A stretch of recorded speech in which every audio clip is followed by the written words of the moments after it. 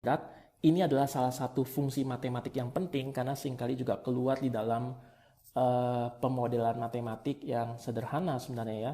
Saya sudah pernah membahas tentang fungsi linier. Saya mengharapkan teman-teman sebelum menonton video ini bisa menonton dulu fungsi linier gitu ya. Dengan begitu, teman-teman akan memiliki pemahaman fondasi yang sangat kuat sekali. Oke. Nah, fungsi kuadrat sendiri itu bentuk persamaan umumnya begini. Jadi hubungan antara nilai y dengan nilai x secara umum adalah ax kuadrat ditambah bx plus c. A itu adalah koefisien daripada x kuadrat ya. Lalu B itu adalah koefisien atau pengali dari X. C itu hanya angka. Misalnya plus 5 atau min 3 dan seterusnya. Itu konstanta.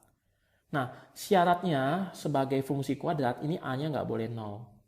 Mengapa? Karena jika A-nya 0, maka teman-teman akan mendapat persamaan Y sama Bx plus C. Ini persamaan apa? Masih ingat? Itu adalah fungsi linier. Padahal kita mau bahas fungsi kuadrat, berarti A-nya nggak boleh 0. Nah, yang pertama, kita mau membahas fungsi kuadrat bagaimana kalau dia menyentuh atau memotong sumbu Y. Masih ingat kasusnya kalau suatu grafik, ini kan pasti bisa digambar ya kurvanya. Kalau suatu grafik, kalau memotong sumbu Y, itu pasti X-nya harus 0 kan. Dia menyentuh sumbu Y ketika X-nya 0. Grafik fungsi kuadrat ini bentuknya bukan garis lurus tapi garis lengkung. Nah, kita mau lihat bagaimana secara aljabar dulu gitu ya titik potongnya. Oke, X-nya adalah 0. Maka ini kan persamaannya ya, persamaan fungsi kuadratnya. Nah, masukin X-nya 0, A dikali 0 kuadrat tambah B dikali 0 itu 0, 0 plus C. Maka Y sama dengan C. Jadi titik potongnya adalah di titik 0, C, pasti.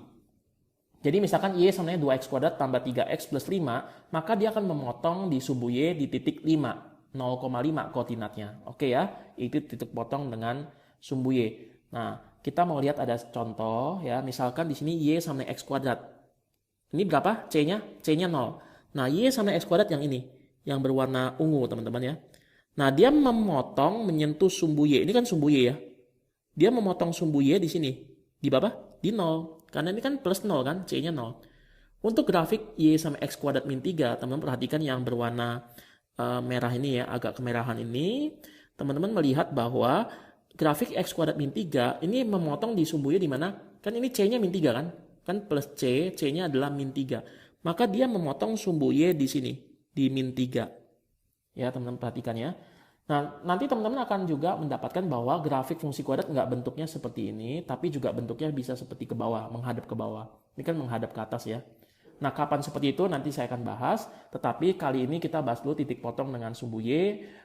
Intinya adalah kalau C-nya 5, berarti dia akan memotong di sumbu Y adalah 5. Itu yang pertama ya. Yang kedua sekarang, kita mau melihat nilai koefisien X kuadratnya. Ingat, Y sama dengan AX kuadrat plus BX plus C. Nah, A-nya ya, nilai A-nya. Jadi kalau nilai A-nya lebih besar dari 0, misalkan 2X kuadrat. Nah, A-nya kan lebih besar dari 0. Atau A-nya itu bisa 5, berarti 5X kuadrat gitu ya. Nah, itu kan positif ya, lebih besar 0. Maka teman-teman akan mendapatkan grafik fungsi kuadratnya itu bentuknya menghadap ke atas atau senyum. Kalau A-nya lebih kecil dari 0 atau negatif, misalkan min 2X kuadrat. Atau misalkan saya ambil contoh min 5X kuadrat, maka teman-teman akan mendapat grafik itu menghadap ke bawah nih, lengkungannya menghadap ke bawah atau sedih. Jadi gampang sekali cara ingatnya, cara hafalnya. Kalau positif, ya misalkan dompet kamu positif gitu ya, dompet kamu itu penuh dengan uang, maka teman-teman senyum. Tapi kalau dompetnya negatif, banyak utang, teman-teman sedih. Ingatnya gitu ya. Oke, nah sekarang kita ambil contoh, Y sama X kuadrat tambah 1. Nah di sini A-nya berapa? A-nya 1 ya. 1 kali X kuadrat ditambah 1 ya. Karena A-nya 1, A-nya positif, maka harusnya adalah senyum. Sedangkan yang kedua, min X kuadrat. A-nya berapa? A-nya adalah min 1, maka di situ pasti gambarnya yang menghadap ke bawah. Nah, ini contoh grafiknya. Ini yang X kuadrat tambah 1 ya. Ini yang min X kuadrat tambah 2. Perhatikan, plus 2 tadi apa? Memotong sumbu Y di 2 ya. Lalu X kuadrat tambah 1, tambah satunya apa? Ini kan C kan? Memotong sumbu Y di 1 di sini ya. Oke. Sekarang kita mau masuk ke poin yang ketiga, yaitu titik potong dengan sumbu X. Nah teman-teman, kapan dia akan menyentuh sumbu X? Ketika Y-nya 0. Karena Y-nya 0, ingat ini persamaan apa? Y sama dengan AX kuadrat plus BX plus C. Nah Y-nya 0, maka AX kuadrat plus BX plus C menjadi sama dengan 0. Persamaan ini sangat terkenal, ini adalah persamaan kuadrat. Jadi teman-teman harus bedakan ya antara persamaan kuadrat dengan fungsi kuadrat. Jadi persamaan kuadrat adalah fungsi kuadrat di mana dia memotong sumbu X. Saya ulangi, AX kuadrat plus BX plus C sama dengan 0, ini adalah persamaan kuadrat. Jadi persamaan kuadrat adalah fungsi kuadrat yang memotong sumbu X, di mana Y-nya sama dengan 0. Itu namanya persamaan kuadrat. Nah teman-teman, kalau bentuk ini saya bagi A, saya bagi A, saya bagi A. Menjadi sebelah kanan juga dibagi A gitu ya. 0 bagi A tetap 0. Maka ini menjadi X kuadrat ditambah B per A X kuadrat ditambah C per A sama dengan 0. Jadi ini bentuk yang nanti biasanya umum sekali kita temukan ya. Nah, untuk mencari solusi ini, kita harus mengubah ini menjadi perkalian. Jadi, dimisalkan ada X tambah P suatu angka dikali dengan X tambah Q suatu angka sama dengan 0. Nah, teman-teman kalau misalkan menemukan bentuk seperti ini ya, itu artinya apa? Kalau ada A dikali B sama dengan 0, berarti kan A-nya sama dengan 0, atau B-nya yang sama dengan 0. Dalam hal ini berarti apa? X tambah P sama dengan 0 atau X tambah Q sama dengan 0 gitu ya. Nah, mengapa saya pakai bentuk ini? Karena teman-teman kalau mengalihkan ke dalam, ya, teman-teman nanti kalau mengalihkan ke dalam akan berbentuk seperti ini. Ya, X dikali X, X kuadrat. X dikali Q, QX. P dikali X, PX. P dikali Q, PQ. Ya, lalu kita kelompokkan, ada X-nya saya faktorkan keluar menjadi begini. Nah, ini kan bentuknya mirip kan? Tuh, bentuknya mirip. Jadi, kalau misalkan ada persamaan kuadrat, kita mau cari solusinya, kita harus ubah ke bentuk ini. X tambah P dikali X tambah Q. Itu namanya model pemfaktoran, ya, bentuk pemfaktoran. Nanti kalau udah dapat bentuknya seperti ini tinggal ini sama dengan 0, atau X tambah Q sama dengan 0, maka X sama dengan min P, jawabannya. X sama dengan min Q jawabannya. Jadi ini X1 sama min P, ini X2 sama dengan min Q gitu ya. Ini ada X2-nya ya. Oke. Nah, teman-teman, dari sini kita bisa mengambil kesimpulan yang lain. Coba lihat ya. Ini kan persamaan ini harusnya sama dengan ini kan. Perhatikan P tambah Q apa? B per A. Berarti P tambah Q B per A. Tadi kita dapat X1 min P. Ini X2 ya. X2 adalah min Q. Berarti P itu adalah apa P? Min X1. Q apa? Q adalah min X2. Jadi kita coba masukkan ke situ. Min X1, min X2 sama B per A. Saya kalikan min 1 semua menjadi X1 tambah X2 sama min B per A. Jadi teman-teman nanti akan mendapat rumus seperti ini ya. X1 tambah X2 atau solusi dari persamaan ini kan ada dua nanti umumnya ya. Secara umum ada dua, ada X1 ada X2. Nah, ketika kita mendapat X1 dan X2, itu kalau kita jumlah ternyata sama dengan min koefisien X dibagi dengan A, koefisien X kuadrat. Nah teman-teman, X1 sama X2 ini apa sih? X1 sama X2 ini kan solusi dari ini kan. Apa solusi dari ini? Sekali lagi, titik potong fungsi kuadrat dengan sumbu X ya. Oke, sekarang kita coba yang satunya lagi. Kalau tadi P tambah Q sama dengan B per A, P kali Q sama dengan C per A. P kali Q apa? P-nya min X1, Q-nya min X2 ya. Tadi ya di sini kan. Nih, X1 min P, X2 min Q, maka P-nya min X1, Q-nya min X2. Ini kalau dikalikan jadi positif, maka X1 ke X2 adalah C per A. Oke ya, ini dua yang harus teman-teman ingat terlebih dahulu. Nanti akan kita gunakan untuk misalkan ada soal-soal yang berkaitan dengan jumlah akar atau jumlah solusinya dan juga perkalian daripada solusi persamaan kuadrat. Oke ya. Nah, sekarang bagaimana kita mencari X1, X2?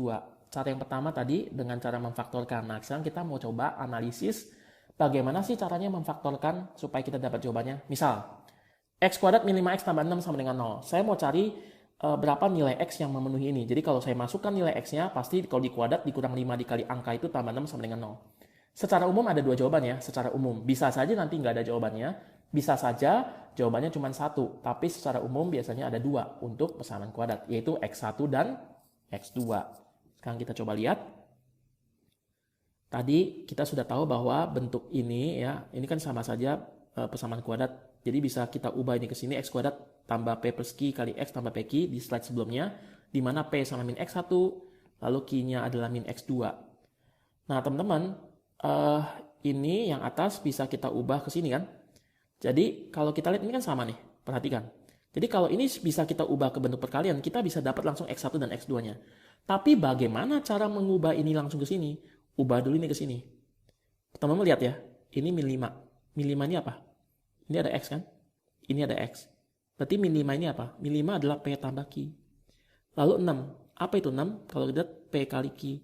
Berarti teman-teman bisa mendapat nilai P sama Q dengan cara apa? Cari dua angka yang kalau dikalikan adalah ini, 6. Cari dua angka yang kalau dijumlah adalah min 5. Caranya begitu ya. Oke. Jadi ini metode memfaktorkan, mengubah dari bentuk ini, ya dari bentuk ini ke bentuk ini. Nah, sekarang kita coba P kali Q. Ya, ini kan P kali Q nih. Berarti coba cari dua angka yang kalau dikalikan itu 6. Bisa berapa aja?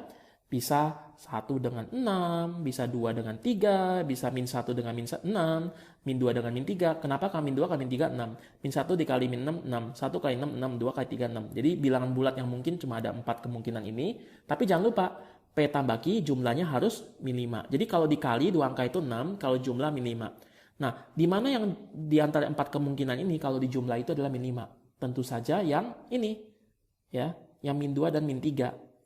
Jadi kita dapat P-nya harus min 2, Q-nya harus min 3. Maka sekarang dari persamaan X kuadrat min 5X tambah 6 sama dengan 0, kita bisa dapat X tambah P kali X tambah Q, di mana P-nya adalah min 2, Q-nya adalah min 3. Maka X sama dengan X min 2 sama dengan 0 atau X min 3 sama dengan 0. Nah, X min 2 sama dengan 0 adalah solusinya X-nya 2, yang satu lagi solusinya 3. Oke, ini adalah jawabannya. Jadi ini adalah cara untuk mencari solusi dengan cara pemfaktoran. Ya, teman-teman harus ingat ya, P dan Q itu belum solusi ya. P dan Q itu hanya variabel untuk mengubah bentuk ini ke sini. Jadi ketika ini diubah, ini P-nya kan min 2, ini Q-nya kan min 3. Tapi sekali lagi itu belum X1, X2. Tapi kalau mau cari X1, X2 gimana? Ya ini dipindahkan jadi X1 sama dengan min P.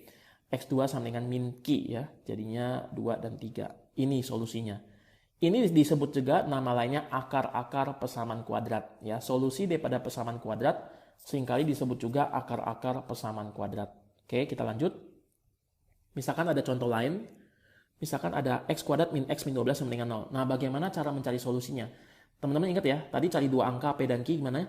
Kalau dikalikan harus min 12. Nah, ada berapa kemungkinan? Min 1 kali 12, atau 12 kali min 1, atau min 2 kali 6, 2 kali min 6, min 3 kali 4, 3 kali min 4. Tetapi yang jumlahnya harus min 1, kedua angka itu. Yang mana? Di antara semua kemungkinan ini yang dijumlah min 1. 3 dengan min 4. Berarti P-nya 3, Q-nya min 4 ya kan? Maka saya bisa tuliskan X tambah P dikali X tambah Q. X tambah 3 dikali X tambah min 4. Jadi solusinya adalah X tambah 3, X min 4 sama dengan 0. Nah, jadi bentuk persamaan kuadrat ini bisa saya ubah ke dalam bentuk perkalian seperti ini. Karena ada perkalian berarti X tambah 3 sama dengan 0 atau X min 4 lah yang sama dengan 0. Sehingga kita dapat X1-nya min 3, X2-nya 4. Atau teman-teman bisa tahu misalkan udah tahu ini P-nya 3, Q-nya min 4. Ya udah kan X1 min P, X2 min Q. Bisa begitu juga ya. Atau dengan cara yang tadi saya bilang secara aljabar, kalau ada perkalian, berarti ini yang sama dengan 0, atau ini yang sama dengan 0, maka X-nya adalah seperti ini, min 3 dan 4. Hasil sama itu ya, min 3 dan 4. Oke, jadi cari solusi dari, misalkan sekarang ada contoh lain ya, bagaimana kita cari solusi dari X kuadrat tambah 2X plus 1. Seperti ini ya, kita coba latihan sekali lagi. Maka teman-teman harus mengubah ini ke bentuk pemfaktoran ya kan. Nah, kita cari dulu P dan Q, kedua angka itu apa aja. Yang kalau dikalikan harus 1. Ya udah cuman dua kemungkinan, 1 kali 1 min 1 kali 1. Nah, kenapa yang 1 sama 1 yang dipilih? Karena yang kalau teman-teman jumlah di sini harus 2, ya 1 tambah 1 kan. Jadi X tambah P kali X tambah Q, X tambah 1 kali X tambah 1. Maka jawabannya apa? X tambah 1 sama dengan 0 atau X tambah 1 sama dengan 0. Sama ya. Jadi jawabannya adalah X1 sama X2 sama min 1. Jadi ini memotong sumbu X di berapa titik? Hanya di satu titik, karena sama. Kedua titiknya sama berarti hanya menyentuh atau menyinggung ya. Menyinggung sumbu X di satu titik. Nah, teman-teman bagaimana jikalau soal itu hanya nggak satu? Tadi kan kita semua koefisien X kuadratnya 1. Bagaimana kalau koefisien X kuadratnya tidak 1? Jadi di sini saya membahas bukan hanya menghafal metode ya. Teman-teman kan mungkin udah pernah dapat metode pemfaktoran kan?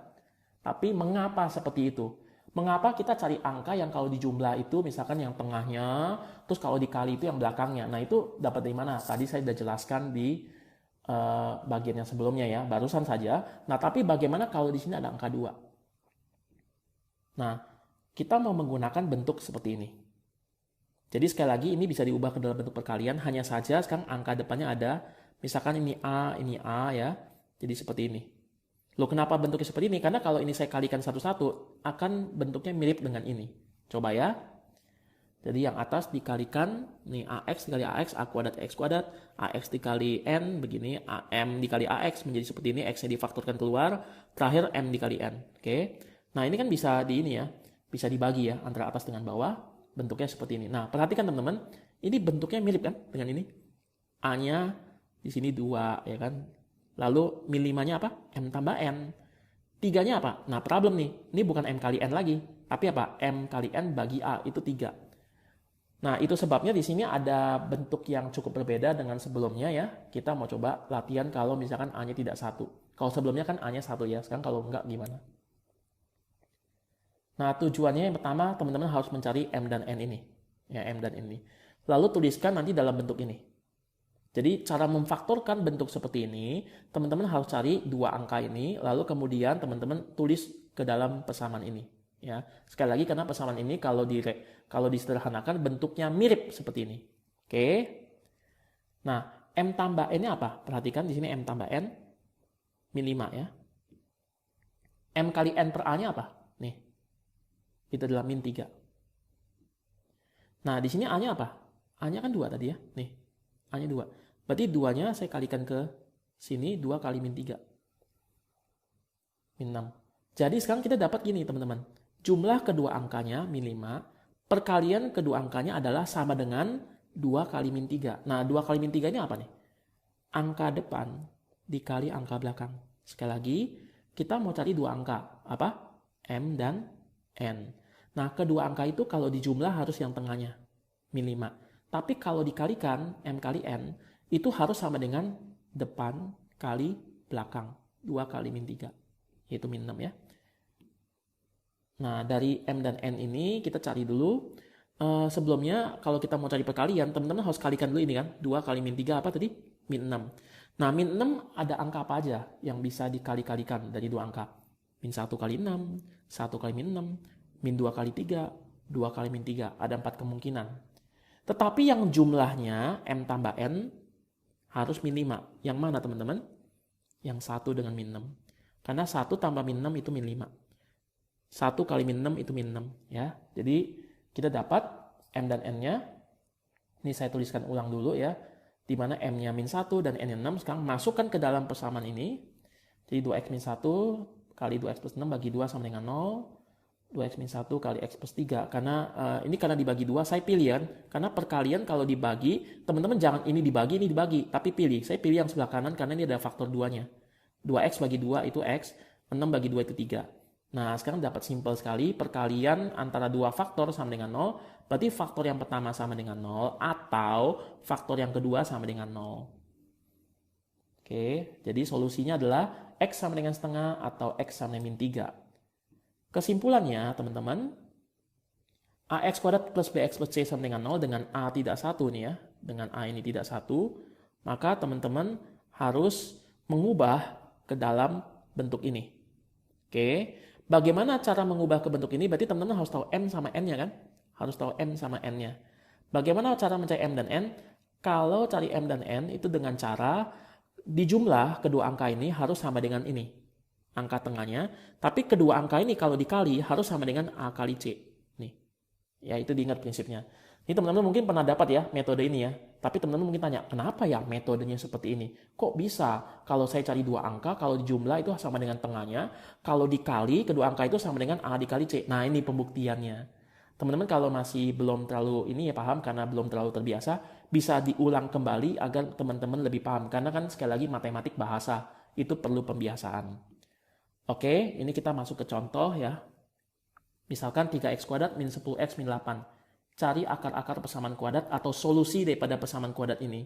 Sekali lagi ada fungsi kuadrat kalau misalkan y-nya sama dengan 0, ini sebenarnya apa?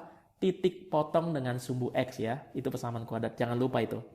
Nah, saya mau cari dua angka, m kali n ya, m dengan n ya, di mana m kali n itu sama dengan 3 dikali min 8. min 24. Tapi kalau M ditambah N itu harus min 10. Oke, angkanya bisa apa aja? Nah, min 24 itu bisa banyak bilangan bulatnya ya.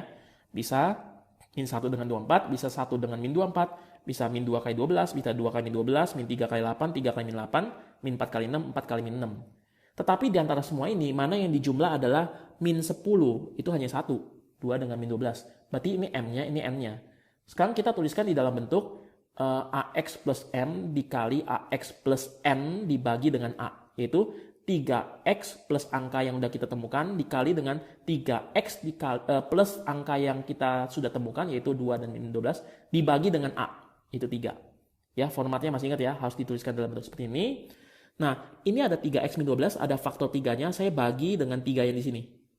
Maka menjadi 3X tambah 2 kali X min 4. Karena 3X dibagi 3 adalah X, min 12 bagi 3 adalah min 4. Karena ada 2 faktor sama dengan 0, dikalikan ini ya, perkalian ini, 2 faktor, maka faktor pertama sama dengan 0, atau faktor kedua lah yang sama dengan 0. Maka 3X tambah 2 sama dengan 0, maka X-nya min 2 per 3. Atau X min 4 sama dengan 0, berarti X-nya sama dengan 0.